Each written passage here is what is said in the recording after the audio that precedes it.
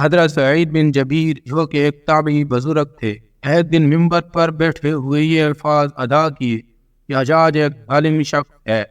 ادھر جب حجاج کو پتہ چلا کہ آپ میرے بارے میں ایسا گمان کرتے ہیں تو آپ کو دربار میں بلا لیا اور پوچھا، کیا تم نے میرے بارے میں ایسی باتیں بولی ہیں؟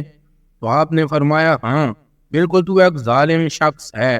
یہ سن کر حجاج کا رنگ غصے سے سرخ ہو گیا اور آپ کے قتل کے احکامات جاری کر دیے۔ جب آپ کو قتل کے لیے دربار سے باہر لے کر جانے لگے تو آپ مسکرا دیے۔ حجاج کو ناگوار گزرا۔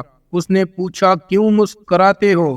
تو آپ نے جواب دیا، تیری بیوقوفی پر، اور جو اللہ تجھے ڈھیل دے رہا ہے اس پر مسکراتا ہوں۔ حجاج نے پھر حکم دیا کہ اسے میرے سامنے ذبح کر دو۔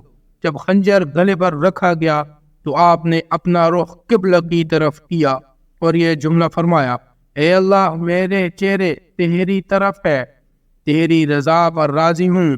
یہ حجاج نہ موت کا مالک ہے نہ زندگی کا۔ جب حجاج نے یہ سنا تو بولا، اس کا رخ قبلہ کی طرف سے پھیر دو۔ جب قبلہ سے رخ پھیرا تو آپ نے فرمایا، یا اللہ، رخ جدھر بھی ہو تو ہر جگہ موجود ہے، مشرق مغرب ہر طرف تیری حکمرانی ہے۔ میری دعا ہے کہ میرا قتل اس کا آخری ظلم ہو، میرے بعد اسے کسی پر مسلط نہ فرمانا۔ جب آپ کی زبان سے یہ جملہ ادا ہوا اس کے ساتھ ہی آپ کو قتل کر دیا گیا اور اتنا خون نکلا کہ دربار تر ہو گیا۔ ایک سمجھدار بندہ بولا، اتنا خون تب نکلتا ہے جب کوئی خوشی خوشی مسکراتا ہوا اللہ کی رضا پر راضی ہو جاتا ہے۔ حجاج بن یوسف کے نام سے سب واقف ہیں۔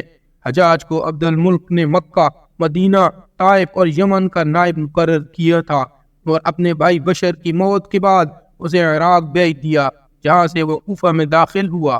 ان علاقوں میں 20 سال تک حجاج کا عمل دخل رہا۔ اس نے کوفے میں بیٹھ کر زبردست فتوحات حاصل کی۔ اس کے دور میں مسلمان مجاہدین چین تک پہنچ گئے۔ حجاج بن یوسف نے ہی قرآن پاک پر اعراب لگوائے۔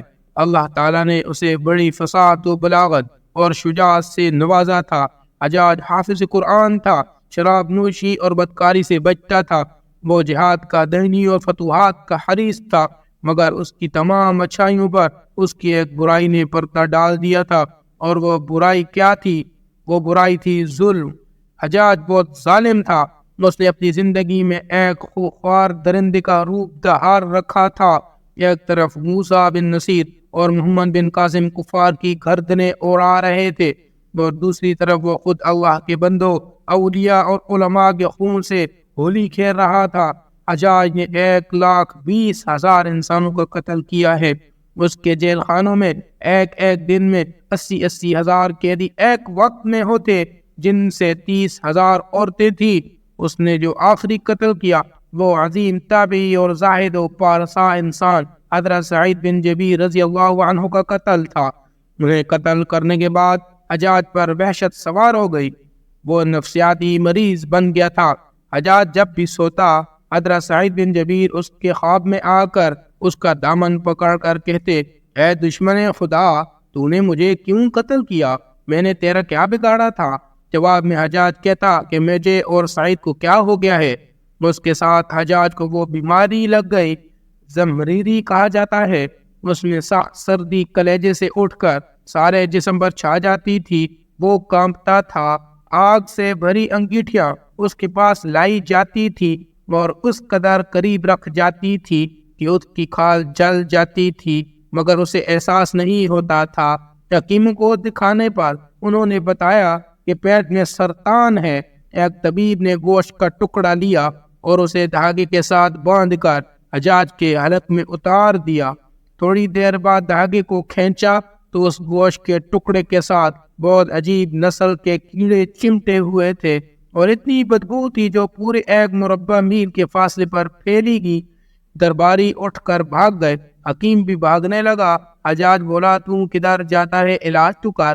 حکیم بولا، تیری بیماری زمینی نہیں آسمانی ہے، اللہ سے پناہ مانگ۔ حجاج جب مادی تدبیروں سے مایوس ہو گیا تو اس نے حضرت حسن بصری رحمۃ اللہ علیہ کو بلوایا اور ان سے دعا کی درخواست کی۔ وہ حجاج کی حالت دیکھ کر رو پڑے اور فرمانے لگے، میں نے تجھے منع کیا تھا کہ نیک بندوں کے ساتھ چھیڑ چھاڑ نہ کرنا، ان پر ظلم نہ کرنا، مگر تو باز نہ آیا۔ آج حجاج عبرت کا سبب بنا ہوا تھا، وہ اندر باہر سے جل رہا تھا، وہ اندر سے ٹوٹ پھوٹ چکا تھا۔ حضرت بن جبیر رضی اللہ عنہ کی وفات کے 40 دن بعد ہی حجاج کی بھی موت ہو گئی تھی۔ جب دیکھا کہ بچنے کا امکان نہیں تو قریبی عزیزوں کو بلایا، جو بڑی کراہت کے ساتھ حجاج کے پاس آئے۔ وہ بولا میں مر جاؤں تو جنازہ رات کو پڑھانا اور صبح ہو تو میری قبر کا نشان بھی مٹا دینا، کیونکہ لوگ مجھے مرنے کے بعد قبر میں بھی نہیں چھوڑیں گے۔ اگلے دن حجاج کا پیٹ پھٹ گیا اور اس کی موت واقع ہوئی۔ اللہ ظالم کی رسی دراز ضرور کرتا ہے، لیکن جب ظالم سے حساب لیتا ہے تو فرشتے بھی خشیت الہی سے کانپتے ہیں، عرش ہل جاتا ہے۔ اللہ ظالموں کے ظلم سے ہم سب کو محفوظ رکھے، آمین۔